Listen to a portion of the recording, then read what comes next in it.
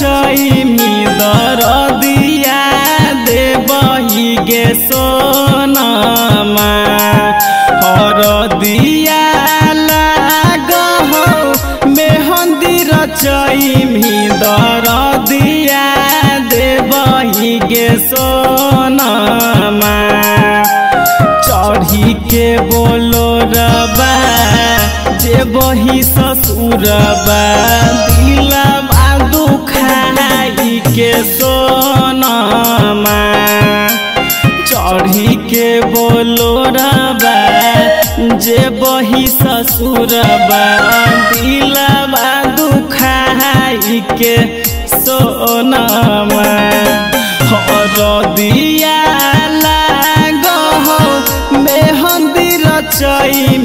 दरदिया देबही गे सोनमा हरदिया लागहो मेहंदी रचई दरदिया देबही गे सोनमा चढ़ी के बोलो रबा जे बही ससुरबा दिलबा दुखाई के सोनमा चढ़ी के बोलो रबा जे बही ससुरबा दिलबा दुखाई के सोनमा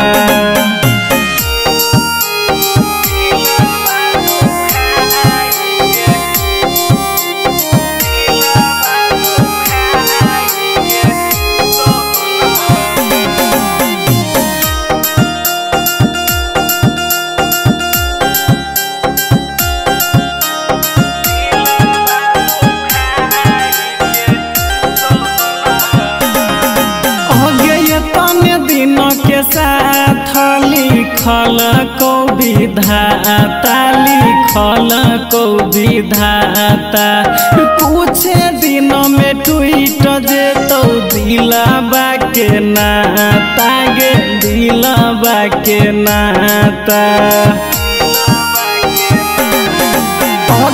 तने दिन के साथ लिखल को विधाता लिखल को विधाता कुछ दिन में टूट जेतो दिलबा के नाता गे दिलबा के नाता दुआरा बैठल रोबहो तोर मजनुआ जहरबा खई तोगे सोनमा दुआरा बैठल रोबहो तोर मजनुआ जहरबा खई तोगे सोनमा चढ़ी के बोलो रबा जे बही ससुरबा दिलबा दुखाई के सोनमा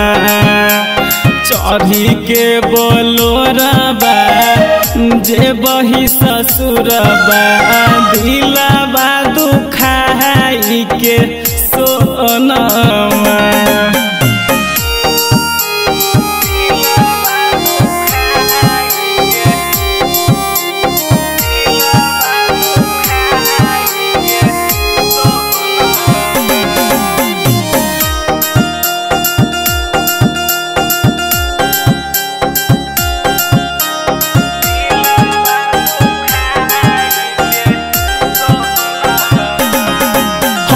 पहिले जे जानती त प्यार नहीं कैरती गे प्यार नहीं कैरती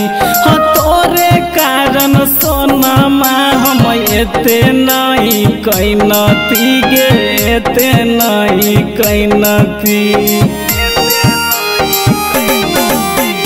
पहिले जे जानती त प्यार नहीं कैरती गे प्यार नहीं कैरती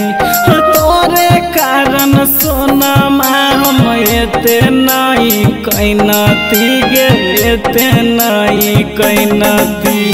दीपक यादव सत्यम के काहे तू कना बही शमशानमा भेज भीगे सोनमा दीपक यादव सत्यम के काहे तू कना बही शमशानमा भेज भीगे सोनमा चढ़ी के बोलो राबा जे बही ससुरबा दिलबा दुखाई के सोनमा चढ़ी के बोलो राबा जे बही ससुरबा दिलबा दुखाई के सोना।